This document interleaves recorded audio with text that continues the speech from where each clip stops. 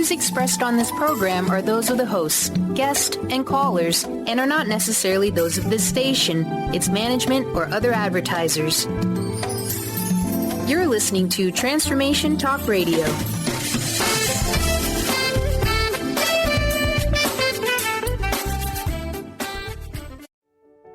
Welcome to The Karmic Path with your hosts, Tina Irwin and Laura Van Tyne. Join us as we dive into the normal and the paranormal to break through the darkness and to help you realize how karma, spiritual law, and psychic ability all combine to open the doors of understanding. This is the place where we build the karmic connections between science, psychology, and spirituality. But can we change our karmic path? Can we help someone else's karma? Stay tuned and join us for an opportunity to look at life and spirituality from a down-to-earth, no-nonsense, practical perspective. The Karmic Path radio show with Laura and Tina, Better Karma for Better Living, starts now. Welcome, everyone, to The Karmic Path. I'm Tina Irwin, and I'm here with my co-host, Laura Van Tyne, who's trying to get Facebook Live started. And we want to remind everyone that while our passion is karma, one of the things we talked about in this little mini introduction is, can you help someone else's karma? And I think that's what's going to happen today when we talk with our guest, Karen Dietz, and we're going to be bringing her on shortly, how you can help someone else's karma. And part of this show is understanding the very nature of what it means to be a foster child and maybe how many of us can help in that incredible situation. And before we get started, we want to thank the Oil Lounge for being our sponsors. We're always really grateful to them. So make sure you check them out at theoillounge.com. So Laura? All right. So I guess what started this was, by the way, Karen, I'm going to call her the nepotistic guest. Because I know Why her. Why are you doing that? Because I know her, and she's just an amazing person. She's not your kid, right? No. Okay, so it's not really nepotism. No, but anyway, she has an incredible path. And one of the things she does is she helps people craft their stories. And when we talk about karma and our soul path and our evolution, we all have a story to tell. And it's an origin story. And the sum of all the experiences, all of the things we've done that have shaped us, the good, the bad, the ugly, they are all a part of us. And it's not something that we should say, oh, I wish I wasn't, or oh, I wish I didn't. It's a learning experience. It's simply an experience. And if we can kind of take the emotion out of that and change that experience, we can make wiser choices. I think one of the critical elements is our experiences aren't static. The circumstances that surround us are constantly changing. That's no truer statement was ever made than for a foster child who can have up to 20 different have been in 20 different foster homes by the time they are emancipated or released from the foster care system. See, I really did pay attention. That is good. Yes. I'm incorporating what I learned. It's amazing. And, we're talking about this, but we're talking about service. And I kind of want to back up this a little bit. And that is, a number of years ago when California had one of its first huge wildfire, we were evacuated because our neighborhood was literally lit up. And in the process, we're in my family and I are holed up in this hotel. And my oldest daughter, Georgia, was about 7 years old. And we're watching the news, and on the news screen, they're talking about how animal shelters are in need of supplies for all of the homeless animals that this fire caused, or animals that are injured. And it really sparked something in her at the ripe old age of 7. And she said, Mom, for my birthday, I want to have a birthday party and have all my friends donate supplies to an animal shelter. And so she dutifully wrote down from what she's watching on the screen on TV. She's writing down all the supplies that these animal shelters need. They need, towels, and they need bandages, and they need food, and they need cat litter, and on and on and on. She wrote this all down. And when she did that, it kind of shifted some things in our family. So I'm going to fast forward about 2 or 3 weeks. And even though the fires are over, we're in our house. Wait just a minute. Mm-hmm. Back up. You left out this. There's a there's a train. You can drive a train through the story here. You left this whole. So when she had the birthday party, what happened? I'm getting there. Yeah, but we send out the birthday party invitations. Okay. And we decided that, since this is going to be a birthday party about the animal organization, let's make it animal themed and held it at a park and invite everybody you want.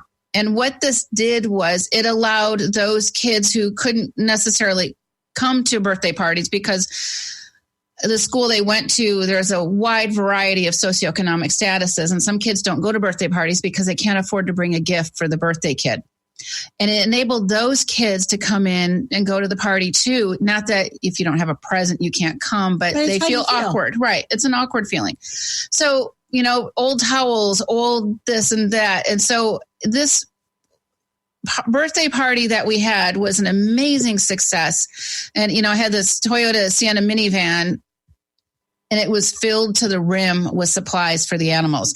And all these kids were so excited at the age of 7 that they got to contribute to some worthwhile cause. Because when we're kids, everything seems to be out of our control, right? We don't really have control over certain things in our life. But for that day, all these kids got together and they were part of this collective group to help animals in need. And yes, I didn't want you to leave that part out. Oh, no. That was such a great part. I'm sorry. You made me nervous. I didn't want you to leave that out. And you know what? The only reason why I know this is because I'm really good at skipping details. Yes. And I'm the detail person. Yeah, she's a detail queen. Excel spreadsheet queen. So anyway, so she has this birthday party. It's a great success. And then the next step is we delivered the supplies to the shelter, which was fantastic. But what it also did was now her friends are starting to want to do their birthday parties like this, finding a donation or charity of some sort. And our other 2 girls, I brought it up. Wouldn't it be great if you girls did this too? Because we have 3 girls and similar birthdays. Yeah. And, our middle daughter is very much, she wears her heart on her sleeve and then sometimes on a fishing pole. And just like very kind kid. And we look at the Polinsky Children's Center, and this is where she wanted to do her donation. And while I'm working with the Polinsky Children's Center, what I learned just literally broke my heart. And that is when a kid is in foster care, they move around a lot, which is to be expected for a variety of reasons. But when they have to move homes, they are given the giant, large lawn and leaf trash bag to put their belongings in. Think about that. You're 6 years old. You have no foundation. You have been thrown about the system in every way imaginable. And now you have to move into a different foster home now. And somebody hands you a trash bag to put your stuff in. What does that tell your subconscious? Basically, what it tells the child's subconscious is the obvious metaphor is that what you have is trash. There's right. Or you're trash. Yes. And I don't think that when someone decided that's what they were going to give these kids, that was their thought, but it's caused the kids to actually potentially feel that. And self-esteem, it is built from the time a child is small. Right. And what you believe to be true about yourself, how you feel about yourself, how you are loved, how you know love, and what you learn about love. You learn all of those things by the age of 7.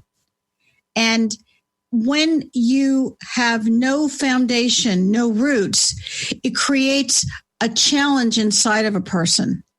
And that can happen whether or not you're a foster child, but it's especially poignant for a child that doesn't have someone who's always there for them, someone who loves them unconditionally, someone they can throw up all over and they still love them anyway.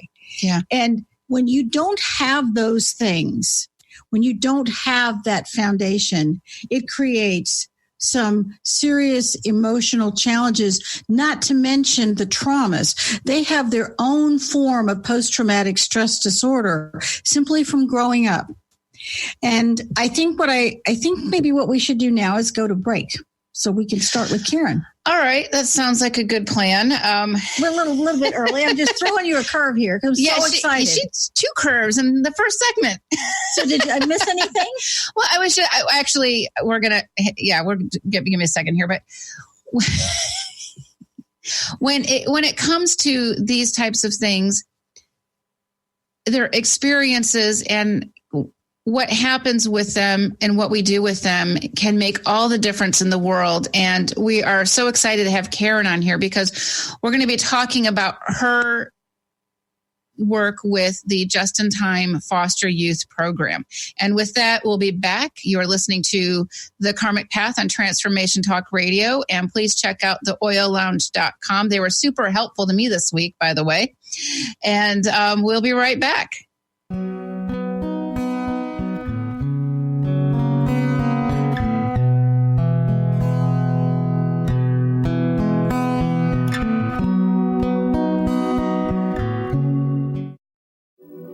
Have you ever wondered if there's a way to heal the deep, hidden inner issues, wounds, beliefs, and traumas? The journey into spiritual healing engages people in all areas of their lives to heal themselves and others. Tune in each month on Transformation Talk Radio as Dr. Jaffe brings conversations of healing of body, mind, and spirit as he merges the excellence of traditional medicine with the beauty of spiritual healing. For more information about Dr. Jaffe, this show, and his work, visit drjaffemd.com.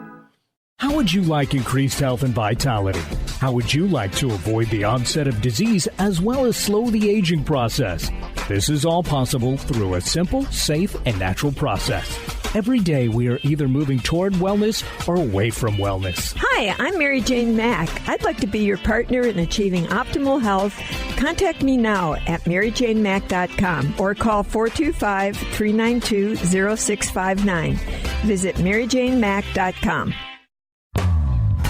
Tap into the wisdom of animals, angels, and masters with Darcy Pariso on Animal Soul Wisdom Radio. Tune in monthly as Darcy brings insights on how to better understand and deepen our relationships with animals. Working with light and pureness of ancient techniques, Darcy, healer, animal communicator, and medium, is here to guide you through this process and provide inspiration to move forward. For more information about working with Darcy, visit darcypariso.com. Did you know that all of the shows on the Transformation Radio Network are available as podcasts to stream or download? Really? Check us out. Go to transformationradio.fm. We have business shows, spiritual shows, energy healing shows, and pretty much everything in between. Something for everyone, guaranteed to inspire, educate, and transform. We are transforming the world, one listener at a time. The Truth is Funny. Shift Happens with Colette Marie Steffen is excited to welcome Karen Benton as a monthly guest host. Tune in on the third Wednesday of each month at 8 a.m. Pacific Time to regain confidence and trust in your capacity to create change in your life, your health, your family, and your well-being. Karen Benton is a mother, nurse practitioner, certified body talk practitioner, Franklin Method instructor, and owner of Limitless Living LLC. For more information about Karen, visit KarenBenton.com. Learn and explore fascinating and practical uses of essential oils, how to use them, and how they can enhance your everyday life. The Oil Lounge was founded by 3 remarkable women with fascinating stories about how essential oils changed their lives. Tina and Laura from The Karmic Path have joined forces to educate the masses in the benefits of Young Living essential oils. For more information, visit theoillounge.com.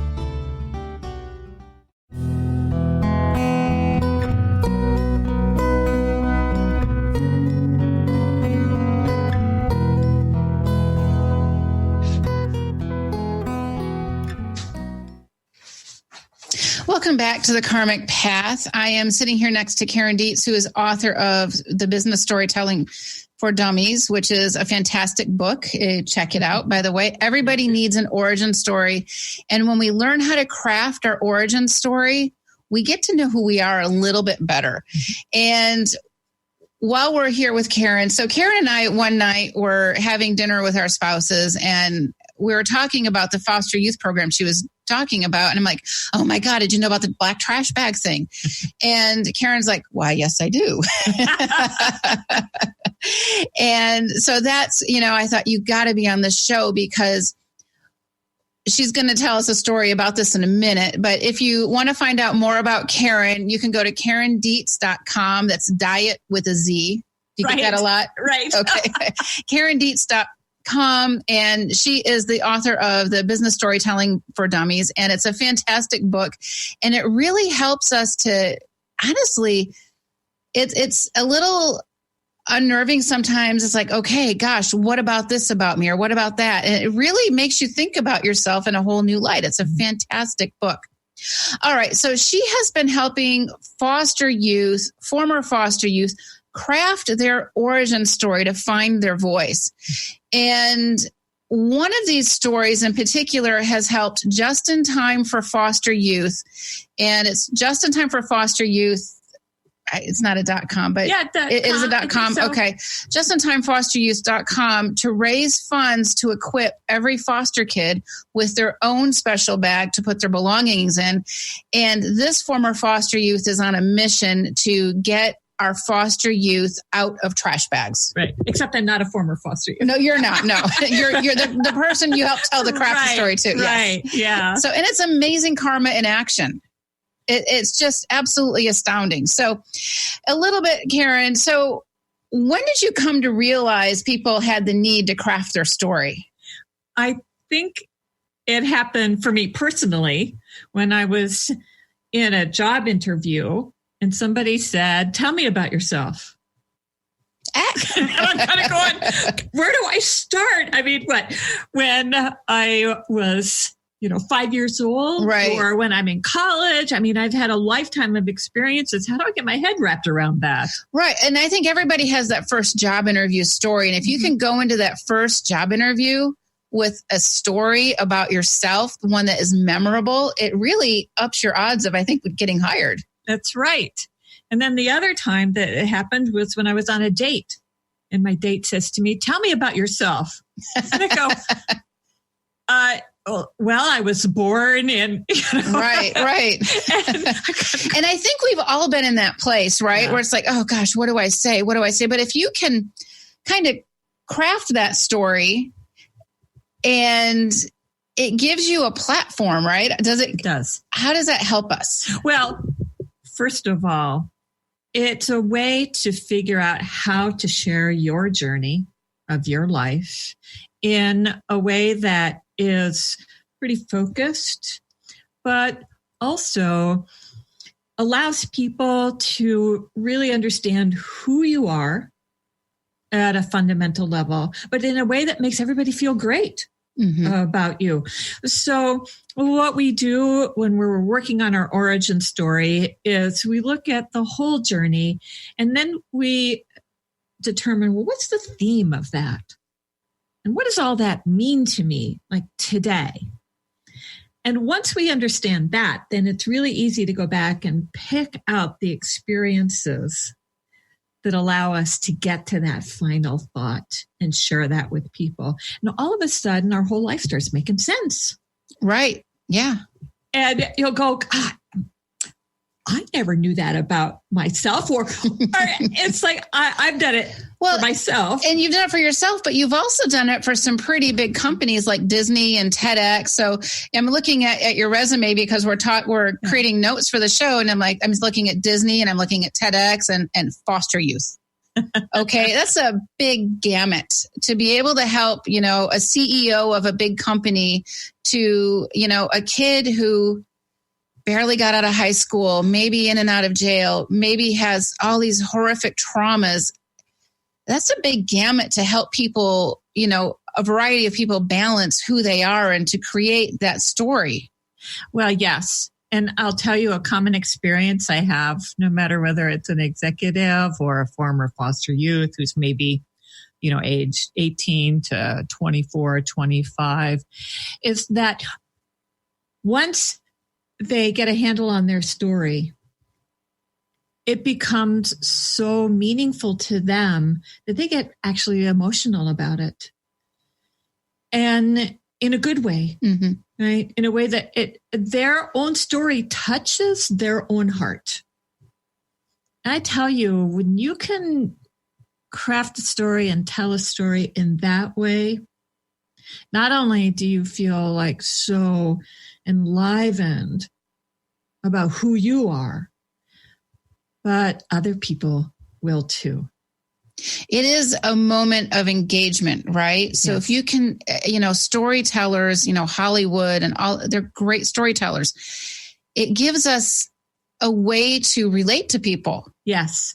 And what I loved about when you mentioned the trash bag story. So I was helping one of the former foster youth at Just in Time. They were getting ready to do a fundraiser, and she calls me up at the last minute. She goes, the executive director wants me to tell my story about, just trash bags, and how every time through my entire experience, which was most of her life in the foster care system, every time I moved to another home, which is like probably 10 plus times. Right. All of my belongings were put into a black trash bag, and that's what I had. And so we worked on her story. And I love the last line that she came up with, right? It was, and I am not trash. Wow.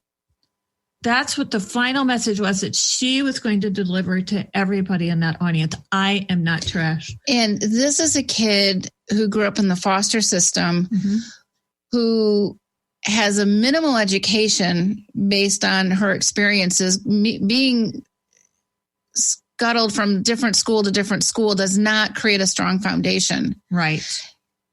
And she is giving this speech to some mighty powerful people. Yes. That took a lot of courage.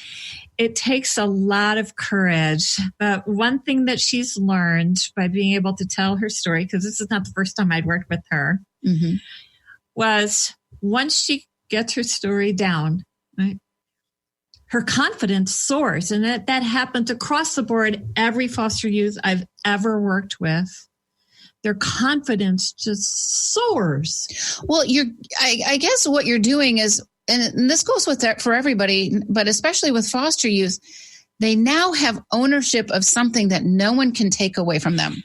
Yes. And it's not a pity party story. Right. And it's also a how do I relate to the world story? Yes. And this is where I came from. This is where I am today. And aren't I proud about that?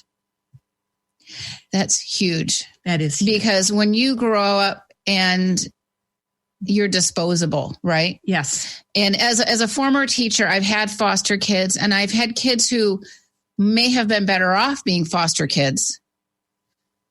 They feel disposable. I'll never forget these two girls that I had. They, came to me, and neither parent wanted them.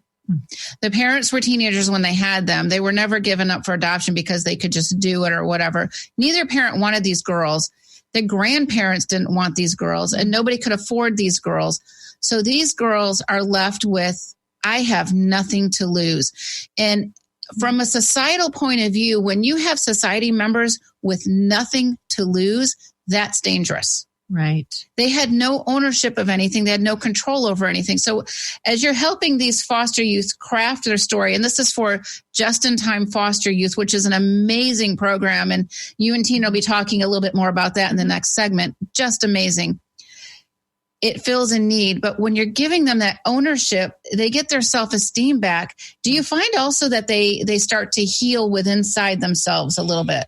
Just the fact of working on their story as a healing experience. I never really talk about that. It's just my observation of doing this since about 2012. And there's such a blessing in that. Such a blessing.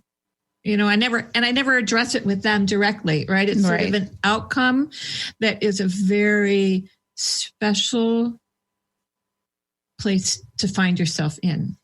So I don't want to destroy that moment, right? You can. Oh, do you feel healed? No, you don't. You don't do that. Right. I get that. But as you're watching them literally just blossom and grow, I mean, it has to be such an incredible feeling. And I remember that when my daughter graduated from UCSB about a year ago, one of the speakers, the valedictorian, was actually a foster youth. Oh. And she gave the most stunning speech. She basically said that she never had anyone she could rely on until she came to the university and she had some professors who took her in and made her understand what she's worth.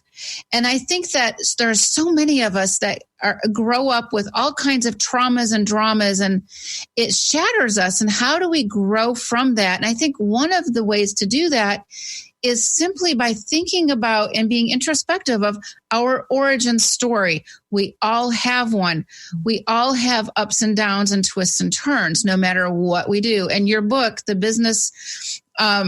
Business Storytelling for Dummies. Thank you. Business Storytelling for Dummies is not just for business people. Right. It's true. It's not. It's not just for business people, but everybody has a business. If your business is a cashier in a grocery store, it's your business. If your business is running a multi-million-dollar company, that's your business. Mm-hmm. So everybody has a business, and how we craft our story also helps us handle the politics of that situation. Right.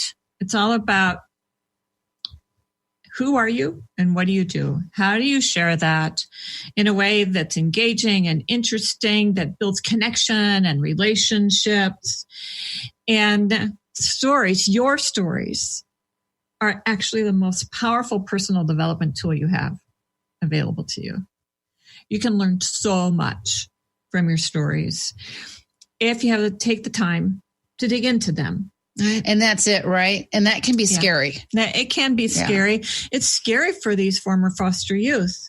You know, they're afraid about telling their stories, first of all, because how do I talk about all the things and all the trauma, right? Right. And do I really want to share that I was sexually abused, or do I want to share this or that? And how do I get out of that conversation if it comes up? Right. And if I share my story, all I'm going to get back are stereotypes. Right. So I'm going to be labeled once again. I'm a foster youth.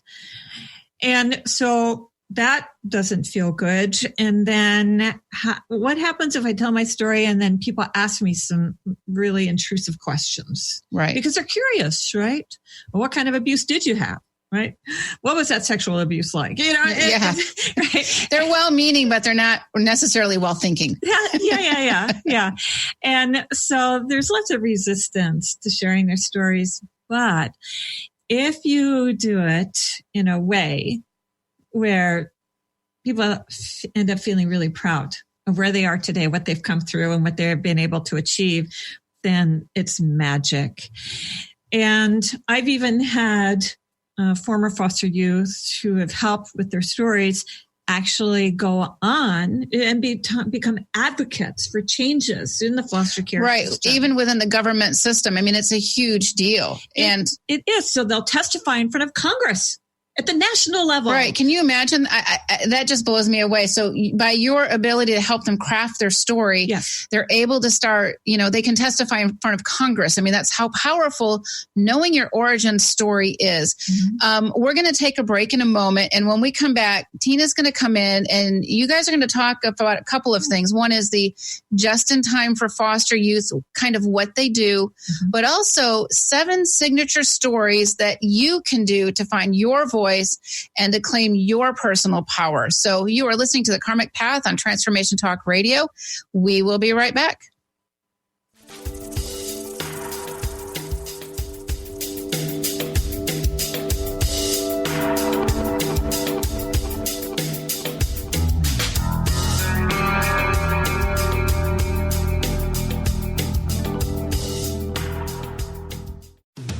Has your buzz for life buzzed off?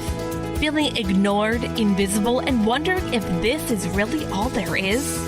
The years go by faster as we gain momentum. You're halfway there. Are you gathering speed or puttering out? Hit your stride for the liberating half of life. Comfortable in your skin, you can do better than that. Tune in to Discovering You Again Radio every fourth Wednesday at 11 a.m. Pacific as host Susan Axelrod encourages listeners to decide what they want, get inspired to action, and face challenges head on. Host Susan Axelrod pulls no punches, encouraging you to grab the brass ring and soar. For more information about Susan, go to www.whatwillyourlegacybe.com.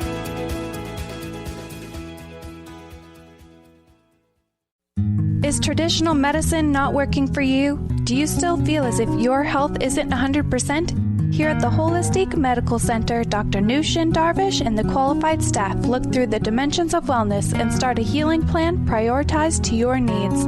Our physicians assess the whole you until complete health is achieved.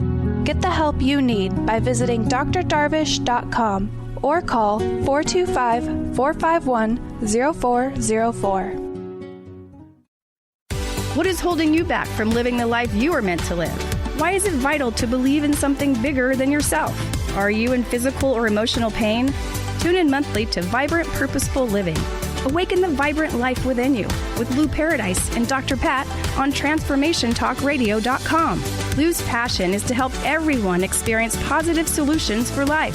Find out more about Lou with Vibrant Purposeful Living at LouParadise.com.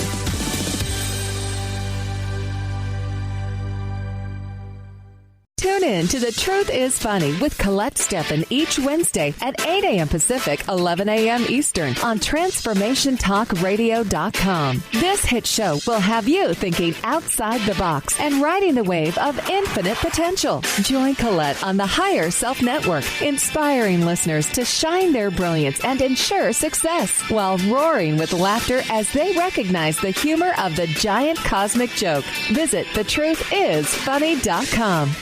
On the cutting edge of the new mainstream, Christine Upchurch is passionate about bringing together science, psychology, and spirituality in a way that can be applied to our everyday lives for true transformation. The Christine Upchurch Show, stellar conversations to illuminate your journey, engages some of the most outstanding visionaries on the planet in lively dialogue to inspire you to become that bright light you're meant to be. Join Christine every Friday at 11 a.m. Pacific Time on KKNW, AM 1150, and Transformation Talk Radio.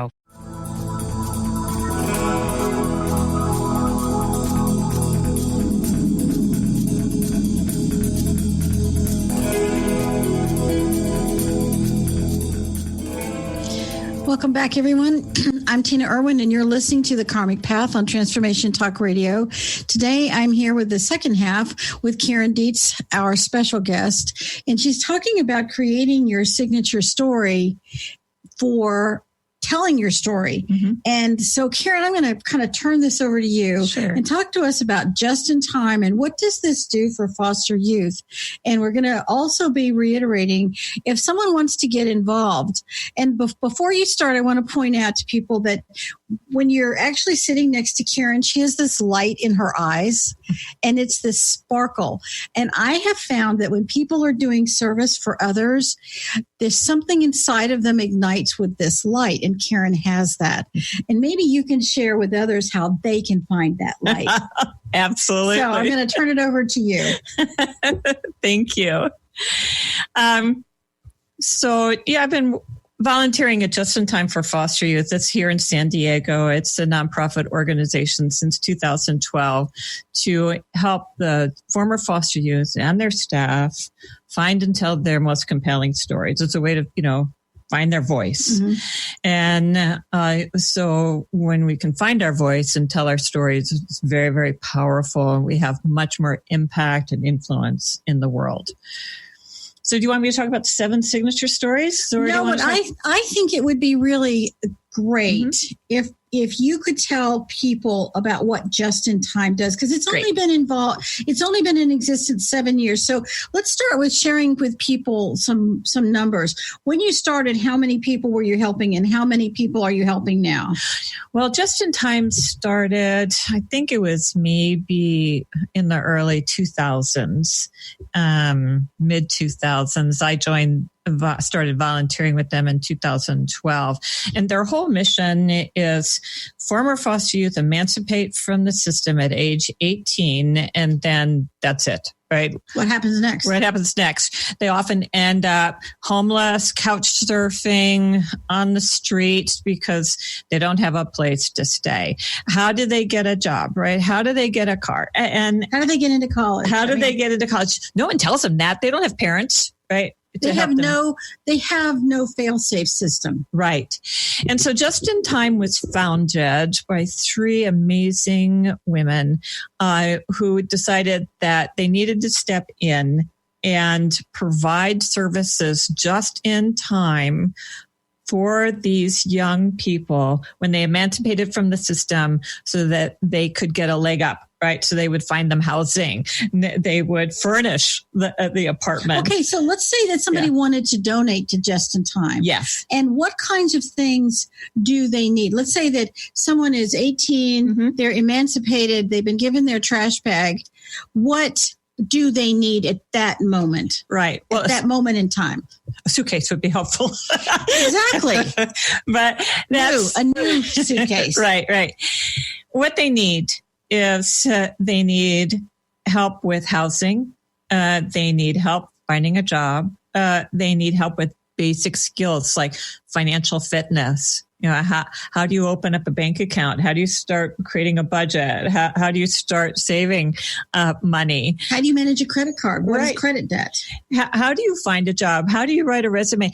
And so Just in Time has programs for all of these. In addition, they take donations of household goods so that when a former foster youth does have an apartment, a brand new apartment, I mean, they walk in, there's nothing there. Right? Empty. What do you furnish it with? Right. Not only a chair. I mean, they need forks and bowls and knives and spoons and a lamp, right? It's just, basic things.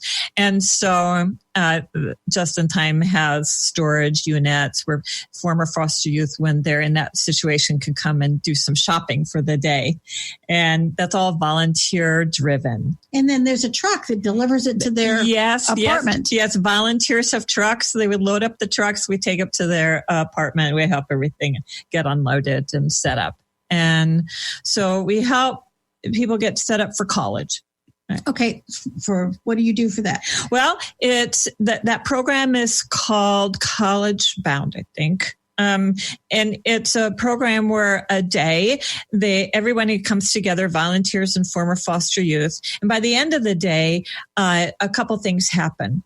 First of all, every youth receives a computer. That's amazing. Right?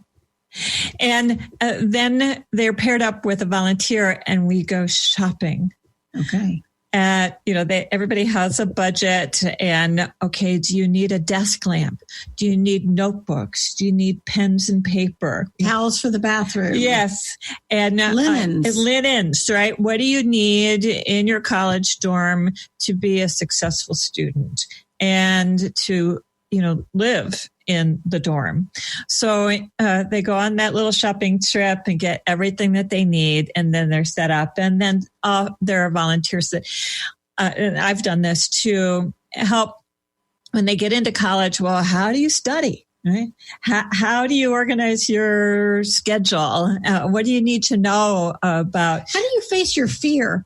Your first day of college, when you've got all the things coming at you, and a kid with a family would call their mom or dad and say, "Oh my gosh, I'm so overwhelmed." What does a foster youth do?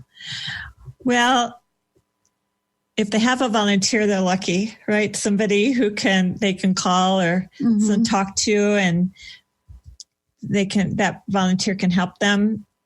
Sometimes a college will have a special program for foster youth, but it's hard. That's the bottom line. It's hard. It's hard, right? And my experience is that there's never enough help there when they need it. Right? And so the more we can help this population, then the better off everybody is. Well, let's say that this Just in Time wasn't there, and they actually are in college and maybe they're working several jobs. Oh, yes. and they have to get to their job and they have to get to class and they have a flat tire. So how does Just in Time help them with that? Well, they can call Just in Time and they can share with them what happened, right? I have a flat tire. I need to get to work. So Just in Time will say, okay, let's get that tire fixed. Here's, I'm going to cut you a check right now. We're going to get it to you. We'll help you get the tire fixed if you need it. And there you go. Because whether it's a tire, whether it's a muffler that falls off the car, these are the consequences. If you miss one day of work, right? You might lose your job. It's likely you will lose your job. And then that's what? You can't pay rent. You can't buy your groceries. And so where do they end up? They're homeless. And then once you're in that situation, it's really hard to get out of being homeless. So Just in Time steps in just in time when these youth need help. Because a lot of times these kids have, again, no fail-safe system. Right. And they're one paycheck away from being homeless. That's right. And if you've ever watched TV and gone, oh my gosh, what should we do about the homeless?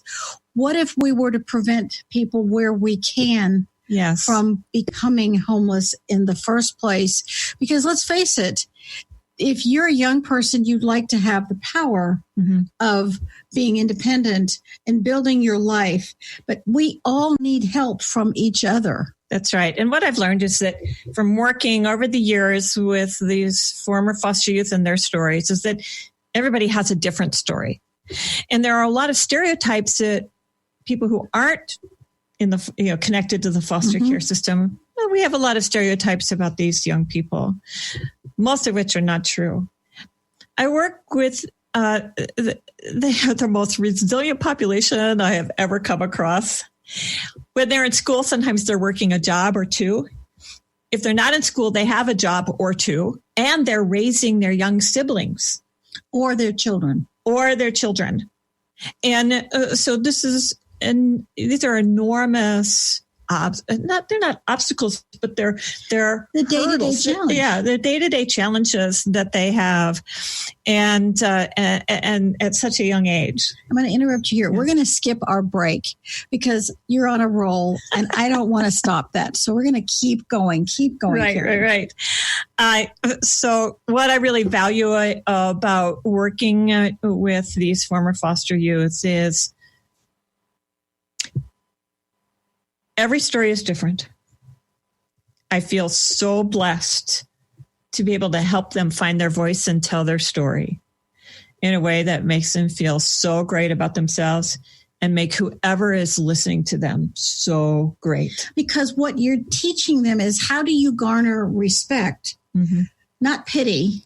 Oh, yeah. No pity. No pity. You want respect from the person sitting across from you so that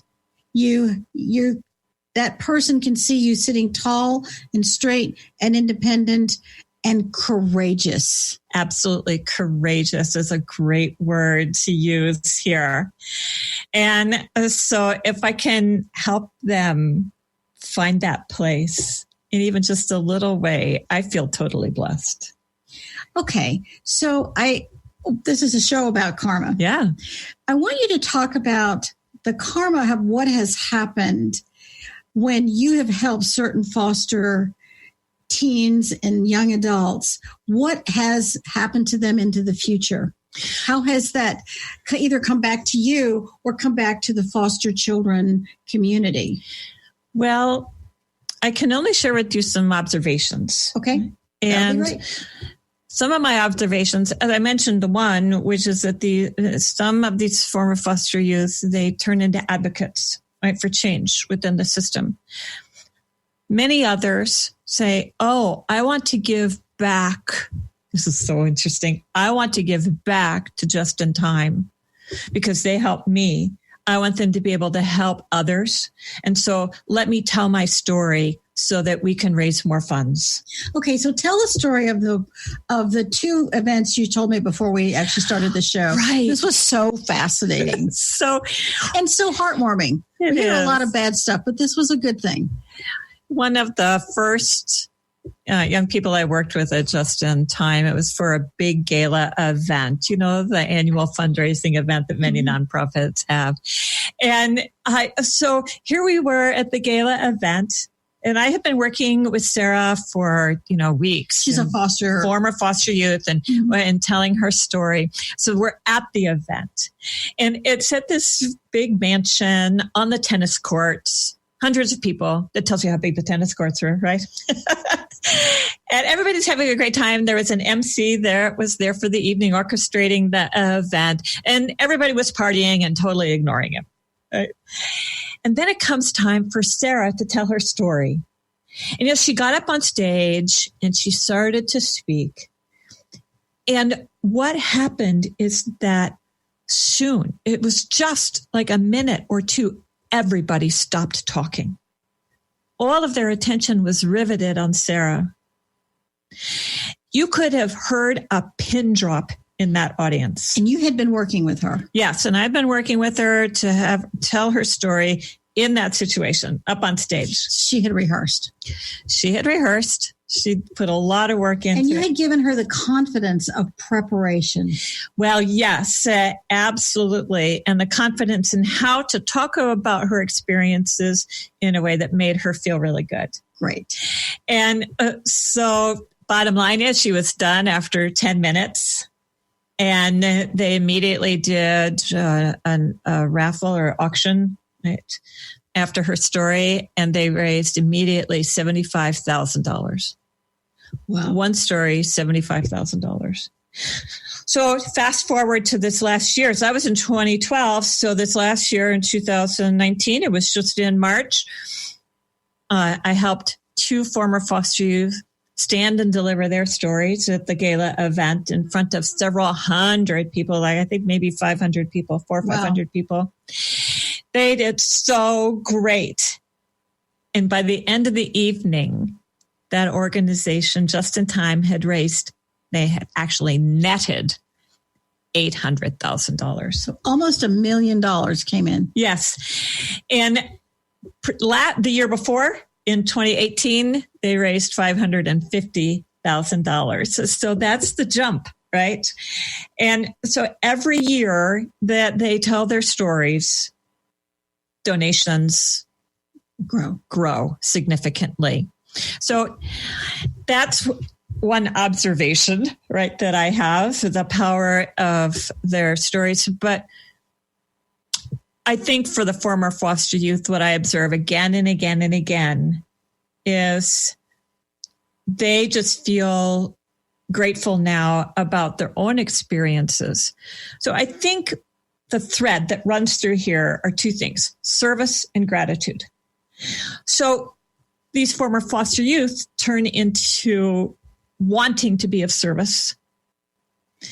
And because there's an expression of gratitude, there's a feeling of gratitude. Because their success is hard won. Yes. And it takes that feeling that community can be there. It's not always government. Right. Sometimes it's the individual who's really there for that person in that moment, shopping for your first college dorm or helping them move into the place or crafting their story or helping them. It's all those little moments that build on tomorrow. Yes. And my personal experience of working with this population is a total expression of gratitude. I feel so grateful that I can use my talents to help other people in this way, that they can then experience levels of gratitude about their own story. Because it's very nice to not always be on the receiving end. Yes. There's a feeling of power. Yes. In being able to give back. That is amazing. It is. And so service, you get to these feelings of gratitude by being of service. Service and gratitude, these are gateways to happiness. That's a great phrase, the gateway to happiness. It is. And I think it's so true. And as an outcome of that, we build tons and tons of positive karma. And you have contributing citizens. Yes. Oh, that's so You have people good. who are not on the street. That's right. But for the grace of God, they're looking at this thinking that could be me in that tent. Yes. And keeping someone off the street, enabling them to feel like they can contribute and they have power over their life. Right. They grew up never having power over their life. Right. And now, for the very first time, they do. And I would like to encourage anyone, maybe you're retired, maybe your kids are off in school and you're looking for something to do, or you're thinking, what can I do with this really good piece of furniture? Yeah. I mean, how do people contribute to you? You go to Just in Time's website. So it's Just in Time for Foster Youth. Just Google them. You'll get right to their website, and they have a whole donation page and so many different ways that you can give. And I want to share something else. It's also along this lines of service and gratitude, is that what these former foster youth tell me all the time through their stories is that as they were going through these experiences, it was the teacher who said to them, you can make it. It was the teacher who said, I believe in you. It was the neighbor who didn't know really anything that was going on in these young people's lives, who cooked dinner and brought it over to them right at the time when they had no food in the house. Over and over again, it is these small acts of kindness that also changed lives, made a huge difference in these young people's lives. They'll say, I'll never forget that neighbor. I'll never forget that teacher. What they did to me kept me going. So there's awareness, and being aware and stepping in to serve in these small acts of kindness. That's one level. And then the other level is actually connecting with Just in Time and making a donation, becoming a volunteer, helping out in some way. Okay. I think that the karma that's created, not that you're going to be a volunteer so you can earn positive karma. Right. The irony of what actually happens is, it's not like saying so many Hail our fathers and, the let's fill up the karma bank. Let's do our system of indulgences to get into heaven. It's not that. Right. It's that there is a joy in giving and helping someone, and then helping them stand up to be better than they could ever have been. Yeah, because I wonder if when you have the mentality of, let's fill the karma bank, whether that actually does anything. I think it's, how can I help? And it's a genuine desire. Yes. I have this skill set. Yes. And with this skill set, I might be able to help this person with that skill set. Mm-hmm. And the element of service, there was a great master who walked the earth, died about 20 years ago. And he said, we are here for service. Yes. And as you're walking your spiritual path, as you're walking your karmic path, when you stop worrying about what's in it for you, and you embrace the joy of giving to another person, it something inside of you turns on, and awakens to perhaps your own goodness, and then you see the goodness of others. And I'm hoping as people watch this particular episode, that they feel good about their community and ask themselves, there's a lot of need out there, but this one is particularly interesting and really helpful that other people could do that would begin to change things on so many levels. How can you tell your story? And how do these kids learn how to manage money?